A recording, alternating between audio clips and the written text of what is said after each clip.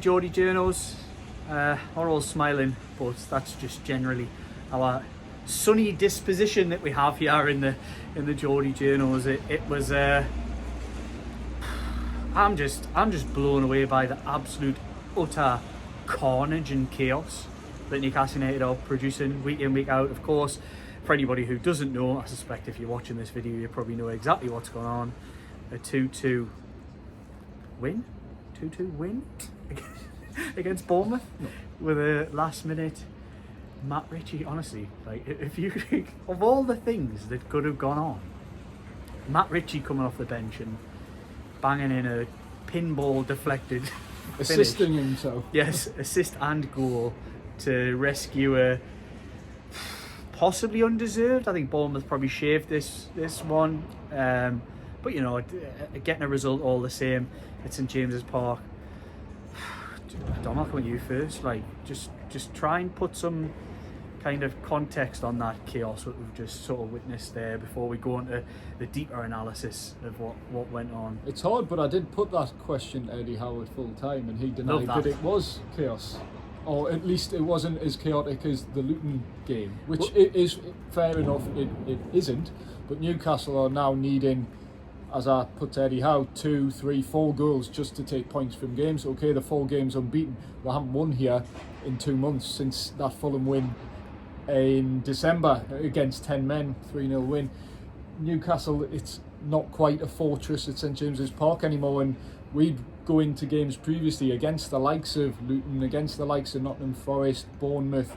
Okay, Man City you don't expect to win, but you go into these games thinking, no, if Newcastle show up today and are at 70-80%, they'll probably do enough to brush these teams aside. And today, glimpses of the Newcastle were no, but ultimately defensively all over the place and not enough bite in attack, which you probably expect without a recognised striker.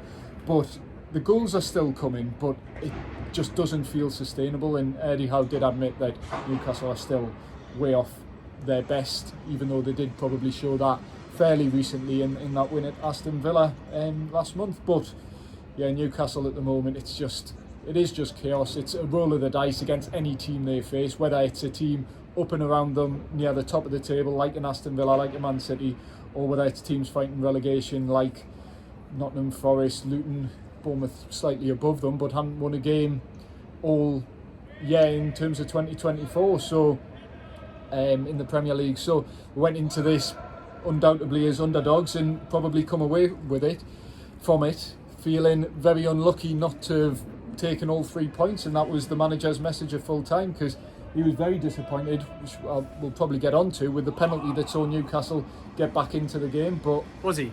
Yeah. What did he say? He said offside. He felt Fabian Schär was offside, and the reason the decision was given was, although Fabian Schär may have been in an offside position, the foul sort of supersedes that. But the manager's point was, he's only made the foul because he thinks Fabian Schär, or he's only made the pull because he thinks Fabian Schär is going to be involved with play. So it's a real sort of paradoxical situation, if you like. It's stupid. The chicken or the egg? Yes. So VAR checked for a possible offside, didn't it? Yeah. Yes. So if that didn't matter, why did VAR check for a possible offside? Don't know. But so I suppose let's play this out. It might get silly here, and you two might think, what are you even talking about, Liam? So let's say, for example, possibly it normally happens. So let's say a player is deliberately standing in an offside position, a ball comes in, and somebody from the other end, so they remain offside, deliberately fouls them.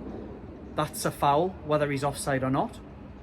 Yeah. So say there's a player standing offside, somebody comes in from the onside position, kicks him. Yeah. That's a foul. So actually, I can see in many ways why a foul would supersede any offside position. Yeah, and that was the case. I'm going very basic here. No. I'm giving it all. That's fair. I had to play it out in my own mind there. You make a good point though. Come on then, Jordan. Thoughts on this then? Thoughts on the game? Thoughts on the game? Oh, it just feels like a repeat cycle at the moment. Like Dan Burn, all the defensive issues that Newcastle are having. We picked out a start at the end where Newcastle's since the start shipping goals, it's been since Dan Burn just came back in, Jamal Lascelles dropped out, Tino Mento dropped out. Is that a coincidence? I'm not going to sit here and hammer Dan Burn, because I don't actually think any of this is Dan Burn's fault. We know what he is. We've spoken about it on previous videos. We know what he is. He is many ways. He's a centre half playing at left back. He's played at left back for 18 months now. Done a great job within that time, but Newcastle's weakness down that side has been exploited. Bournemouth did it. Nottingham Forest did it. Luton did it. It's just keep persisting, and Dom used the term there, roll of a dice. It's almost just like they're turning up, because this performance today realistically wasn't any different than Nottingham Forest, but they won. It wasn't any different than Luton Town, but they got a point. It's almost just like Eddie Howe just putting a team out on the pitch, and it's Newcastle aren't getting any consistency from it, and that's the frustrating thing I take away from this, is there's no consistency. They win away this last week, and they have the opportunity to bounce back and follow it up this week. Didn't do it, and that's probably why I think Newcastle will seventh in the table now. I think that's why they'll probably finish there come the end of the season. They need consistency if they're going to go higher up the table, and I just don't think Newcastle have got that consistency in them. Eddie Howe afterwards was asked about sort of the inconsistency. Gunshots. Oh, yeah. I've been trying to block it out as I get full of myself here. It's the lads on the pitch here packing away all the bits and bobs and putting things, making sure that your pitch is absolutely perfect here at St James's Park, and throwing Jordan totally off. Yeah, it is. The frustrating for me is just there's so much inconsistency, and that's why, as I say, I think Newcastle will 7th in the table now. They'll probably finish in around there. Eddie Howe mentioned sort of about the inconsistency and said it was obvious why, and he sort of hinted at the injuries and stuff like that. So look, once the injuries come back, then maybe we'll see some consistency. But at this moment in time, it's been the same repeat cycle for a lot of weeks now, and it's ultimately becoming very frustrating. I know you can look at it and go, yeah, okay, that Newcastle have carried on the momentum by scoring a late equaliser. They're 5 games unbeaten in all competitions, but they're still without a win here at St James's Park in 2024. And as I say, the inconsistency for me is the one thing I take away from this game, and is the real frustration for me. So I kind of want to develop a couple of points, my thoughts. Obviously, everybody who's seen live, do go and watch that if you want to see my kind of snap reaction and my thoughts on who played well, who I didn't think played well, and a lot of thoughts on what I think Eddie Howe got wrong today. But I want to develop a couple of points, and I want to go to the Burn situation with you, because I see obviously there's been a lot of focus on Dan Burn over the last few weeks, deservedly so. The first point I would make is there any other team in the top 10 in the Premier League that would select Dan Burn as their starting left back? And that to me suggests there is a desperate need for progress at Newcastle United, because they've gone far from beyond that first window where it was get people in to do jobs to get them out of a relegation fight. They now need to start developing that and moving forward. Lewis Hall obviously was not that answer. Biggest underlining of why Eddie Howe isn't playing Lewis Hall today, I'm going on a tangent here, is his comments on Joe White after that game, who he's pulled in from League 2. Yeah. Pulled in from League 2, 3 weeks, got some positive training in him, and has thrown him on the pitch without a second thought for Lewis Hall, who's been here all season training. Take from that what you will, but I think the message to anybody out there doubting and wondering why Eddie Howe isn't playing Lewis Hall, what you just seen there is the reason why. Eddie Howe just put it out black and white for you there. Work that out yourselves. Anyway, back to Dan Burn. I was going to say what he said. Go on. Yeah, well, Eddie Howe said, Joe White has earned my trust in training, and the loan spell's done him the world of good. And I think that's the key thing. Players he trusts. You missed out the key term, Don. Signing. He's like a new signing. That's what we're down to. Well, Eddie Howe's basically saying that he trusts a player that he's brought in from League 2 over a player who's going to cost 28 million in the summer and spend a good chunk of Newcastle United's summer budget.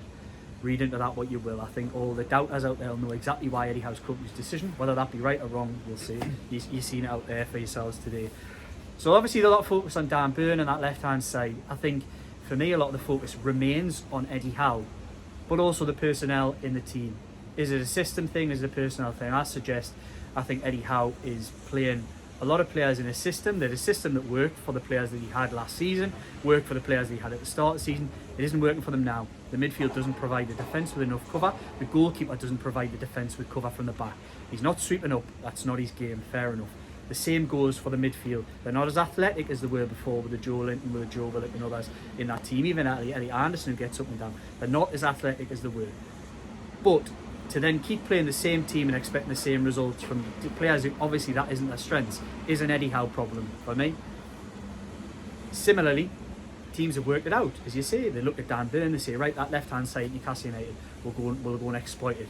So it's even more easy to exploit, I would suggest, with Bruno slightly released and mildly deep, because you've then got Bruno as your left-hand side cover, with Botman on the inside, which is where another problem for me lies. Last season, you had Nick Pope sweeping up in behind, and he dealt with anything and everything that went over the top. Look, we even see it here. He got sent off just before the Carabao Cup final, trying to sweep up behind, if I remember rightly, Sven Botman and Dan Burn. He hasn't got that anymore. They're getting exposed.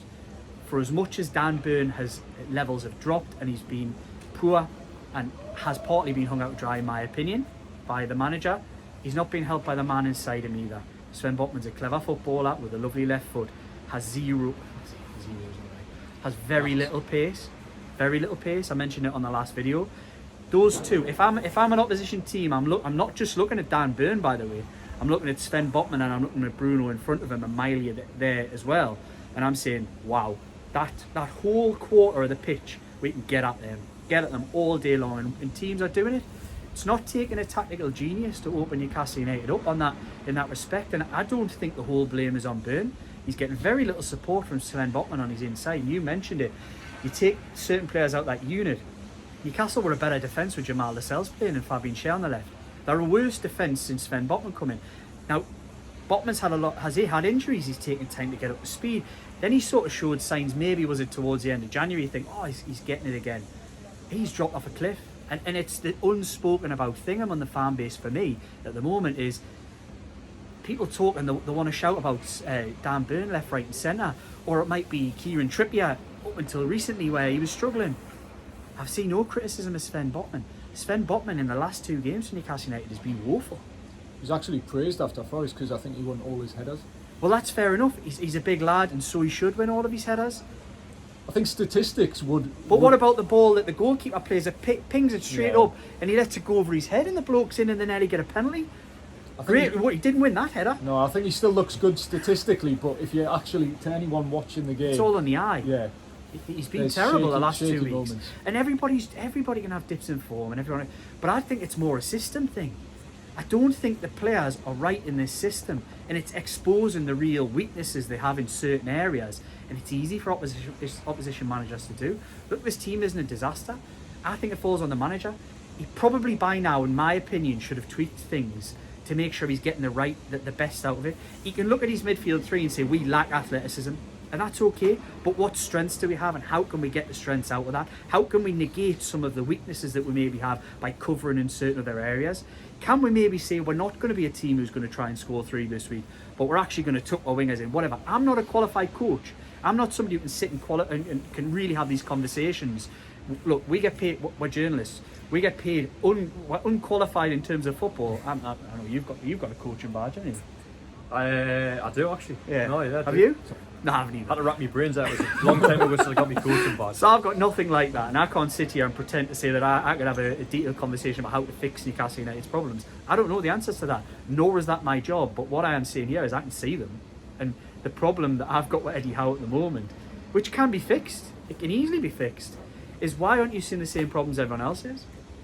Why no manager in football wants to be told what to do, but there's 50,000 people sitting here today can see one of the major problems, and a tweak that could be made that would almost make the team slightly better, add a little bit of recovery pace into the team, put Tino Livramento in, put a proper defender in Jamal Lascelles, who isn't struggling, which Sven Botman is struggling at the moment. Yeah. Kieran Trippier's playing great.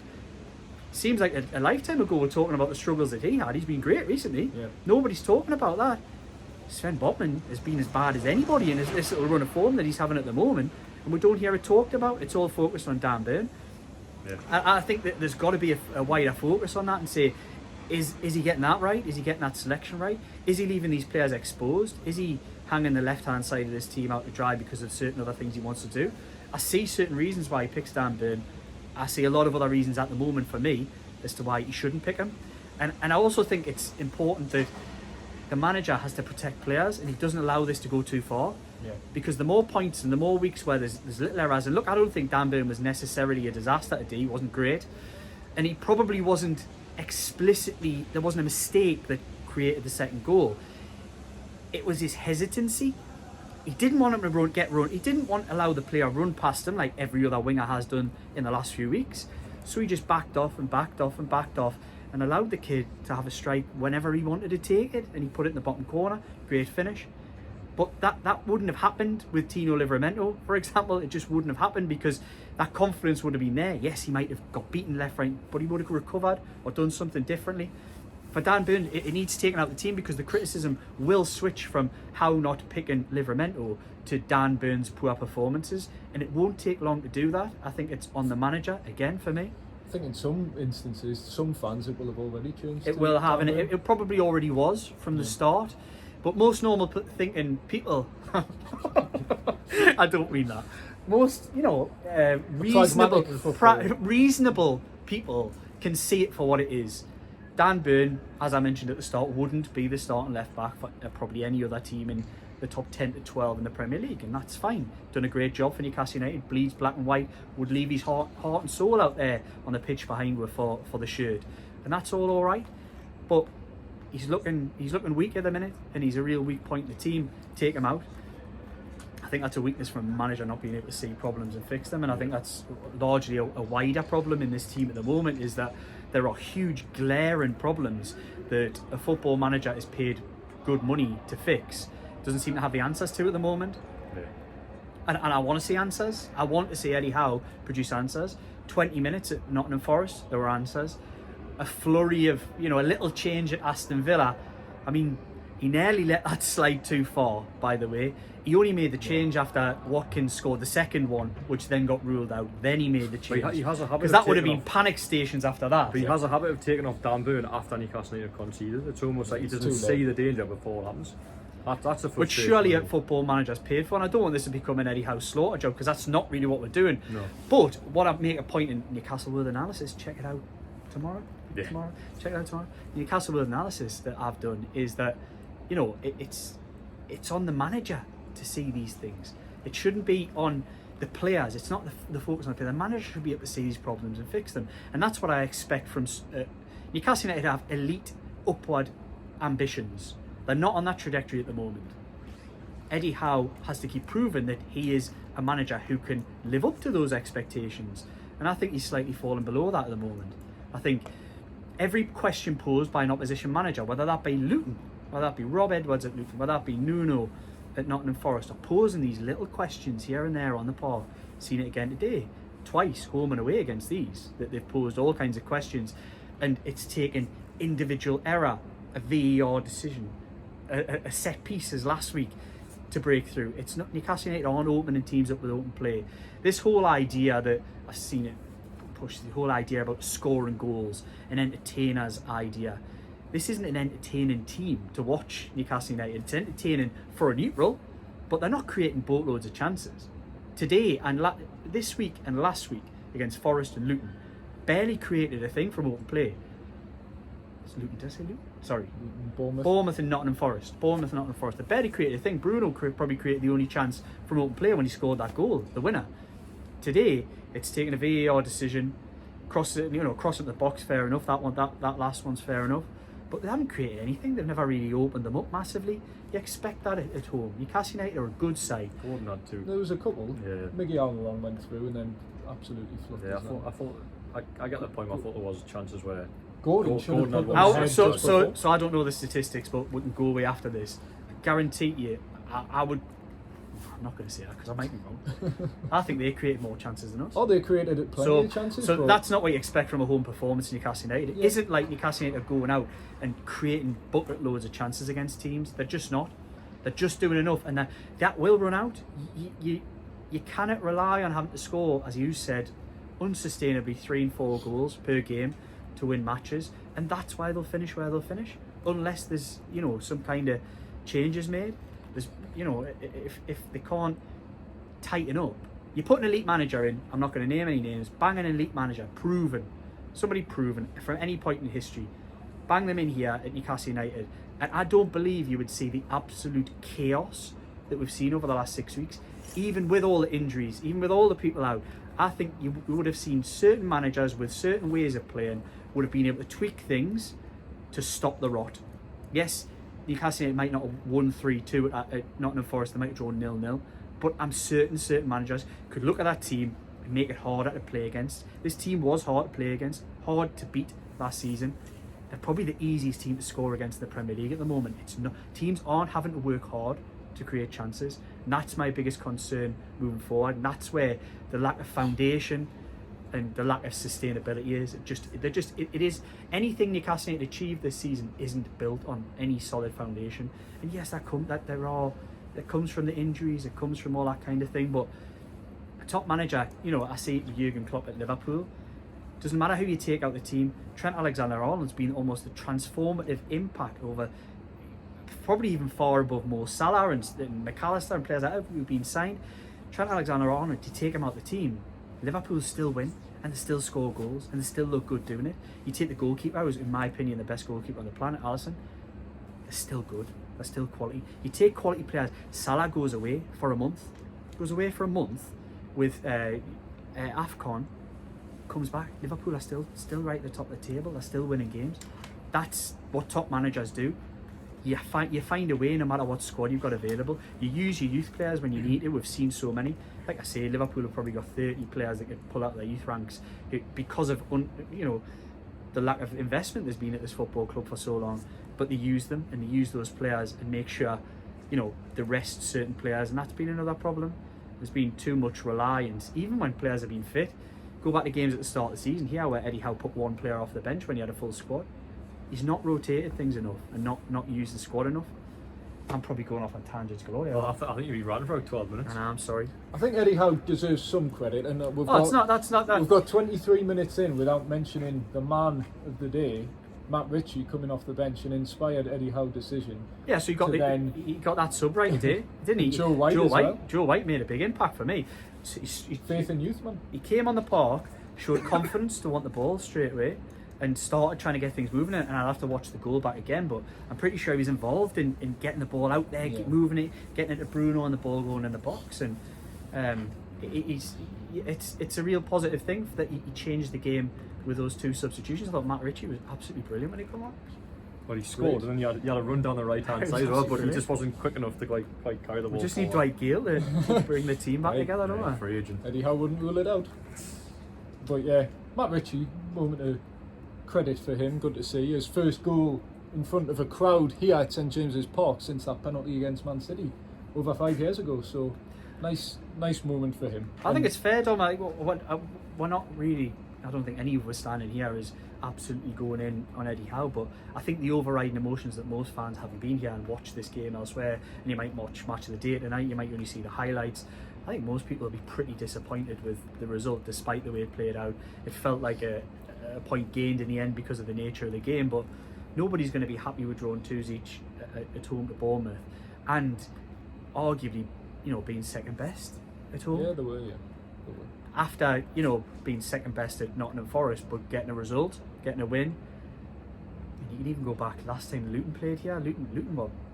There's too many midfielders for me coming here. Ross Barkley comes here and absolutely runs a game in that 4-4 game. And I thought today Ryan Christie and Lewis Coop were levels above in that midfield again today. It's just those Newcastle never get control at the moment never feeling any semblance of control in a match. And that's why it's so to and fro and goals. And that'll not carry on forever. You might have a period where you start conceding and you don't score. Next week could be the start of that. Could be an example where that happens, because Arsenal, incredible form at the minute, scoring goals for fun, quality side. Is he just gonna cross his fingers and say, yeah, Dan Burn will deal with Saka, no bother? Is that what he's gonna do? That's the frustration of it. It's the problems are there, and we're not seeing solutions. I mean, is he just going to go, the midfield, it's fine, we'll just leave it as it is? It's just so infuriating. It's asking for trouble. It's been asking for trouble for a while, and it's got trouble. And Arsenal probably, with Saka on that side, who's caused Dan Burn problems in the past. Dan Burn stood up to him well a few times as well. He has, I just think not in this team though. No, with the way you've got, like you say, Sven Botman set up the midfield, it's asking for trouble next weekend if you persist with Dan Burn in that left back role. But does Eddie Howe have it in him to change the system, go 3 at the back, go 5 at the back, or I think he should, or put Tino Livramento in? I think he should go 5 like next week. I think it's the obvious answer. I just think there should be a change of some kind, whether that's personnel or system, because as you mentioned, you go to places like Arsenal who are scoring goals for fun in it as well. It'd be honestly, given the way they've defended against, and this is no disrespect, but Bournemouth and Luton, they're not top sides. They haven't actually played a top side, bar obviously Man City. And well, yeah, I suppose. That's I think my point on it. No, I think you're actually right, because the Villa of now is not the Villa of 3 months ago. So yeah, they're not. They're probably form-wise they're in and about where we are, not far off really. No, I think they're about, probably the last 4 or 5 games are probably similar, because they've you forget. I mean, Newcastle are still 4 unbeaten. Like form-wise, they're actually doing all right. Yeah, and it just feels we are doing all right, but it doesn't feel right. This was the run where you were like, Newcastle, okay, this is where you need to kick on after that Villa game, and the Villa win was almost like not a free hit, but it was like 3 extra points you didn't expect, and then you were like, okay, you can go on a run now, and it just hasn't quite materialised. It's the manner in which they're getting them as well. So you can talk about these games, but they've played 2 home games where they've barely been in front against Luton and Bournemouth.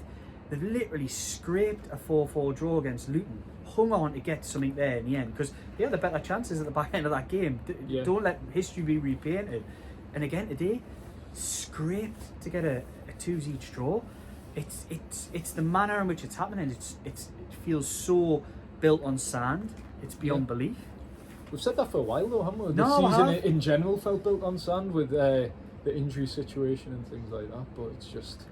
Eddie Howe said the other day that he thinks that the summer window will be seen as a success in time. I think I would argue that he has absolutely got that wrong, because it wasn't a window to spend money on people who will look good in time. Yeah. It was a window to spend money on people to improve the team now, and that hasn't happened. With the Champions League pull, and now you're not going to have that. Yeah, the Champions League pull pull. Reality in the summer. Champions League pull, and who did you sign? Again, it's going to sound like a slaughter job. Two of them 4 got relegated. Exactly. Well, we could have signed them if we finished 8th. You could have. The only player that probably benefit from the Champions League pull with is Sandro Tonali, who's been banned till August. So yeah. Milan did so much to stop him leaving. Well, that's probably a debate for another day. I'll have the legal people onto us soon. Yeah. All problems, as we've said several times in videos this season, throughout the season, really stem back to the summer transfer window. Yeah. Which will be a success in time.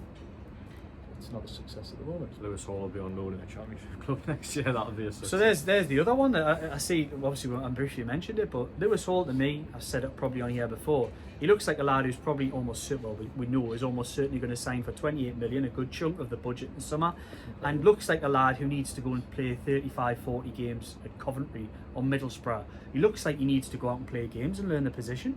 Doesn't look like a lad ready for the Premier League. I'd love to be proved wrong, and nothing would make me happier than that lad gets a chance between now and the end of the season and grasps it with both hands and really makes a position his own.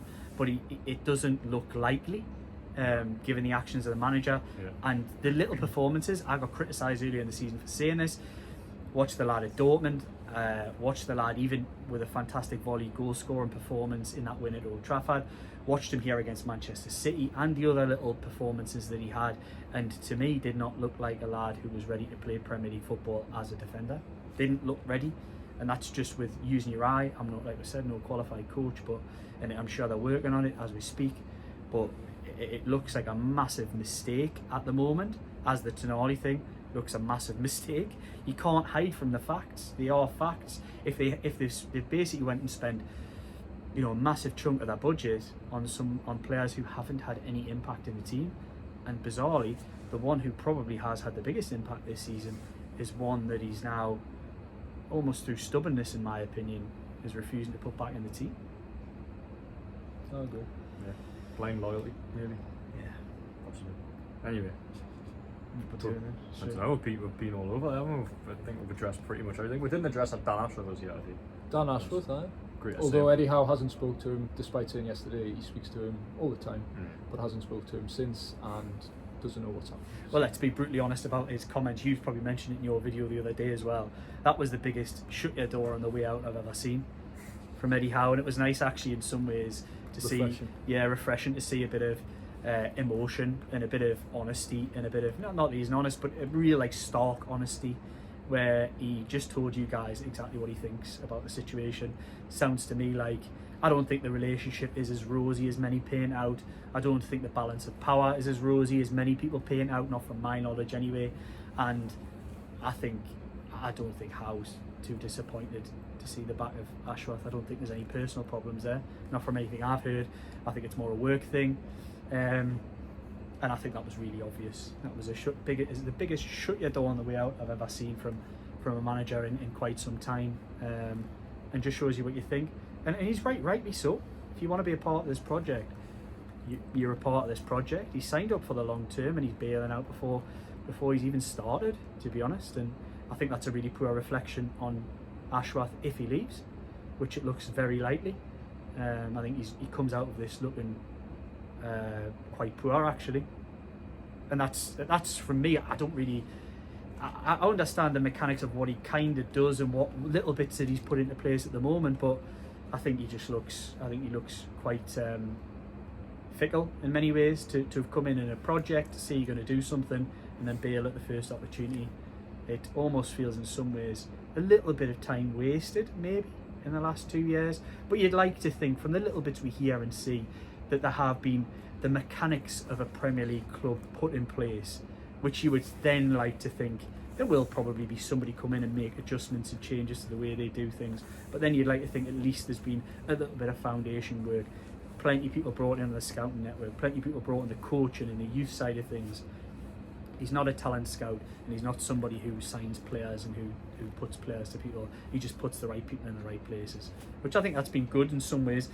Particularly on social media, you've seen a lot of myth busting of the kind of role that Ashworth does. I think a lot of people looked at it and painted this picture that he was the talent man. But anybody who knows anything about Brighton's setup, it's very data driven and position driven, and that's nothing to do with Ashworth. He just makes sure that those decisions and those operations were put in the right place, and that's what he's tried to do at Newcastle United as well. So, yeah, right. I don't know what you want to say. There's one thing I wanted to bring up, and Jordan won't forgive me for this. I'll bring it up at the end of the video so you can cut it out. But at the start of the season, myself and Jordan had a bet. I won't say how much for or what for. That Matt Ritchie would score a goal from open play this season. And Jordan, how much was it? Oh, we can't say that. I know. I tell you what.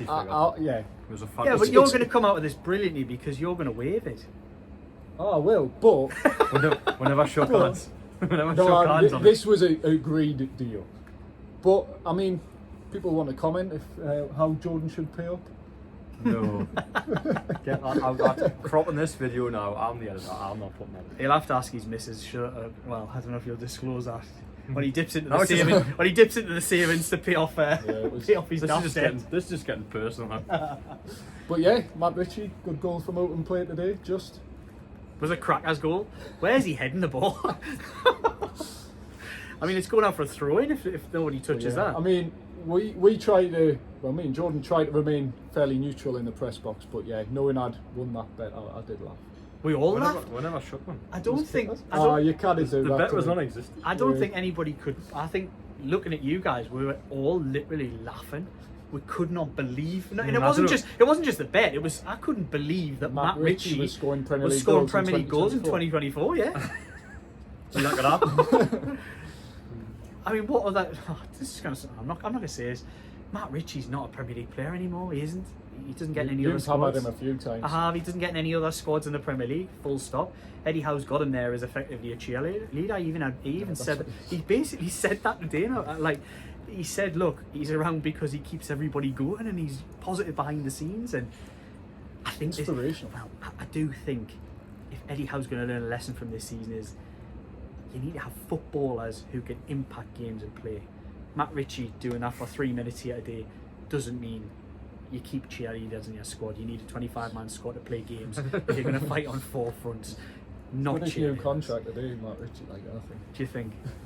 He's just guaranteed. The new very deal for little next hair, year. the very little hair I've got left, I'm thinning, will be pulled out if the Emil Kraft contract turns into Matt Ritchie, and then I'll not name other names, but you know the names. If it starts going down that line, I will be pulling this hair out, and you'll see the first baldy Geordie. The baldy I'll be journalist. next. The ball. Dom will never lose that No, hair. he'll never. That's a rug and a half on top of it. Like. I know. You've got follicles for it all. Right, we're getting silly. It's a long post-match. We're all delirious. This will take you 17 days to upload on YouTube, yeah. Yeah, it will. Right. Like, comment, share, subscribe if you like the Geordie Waffle.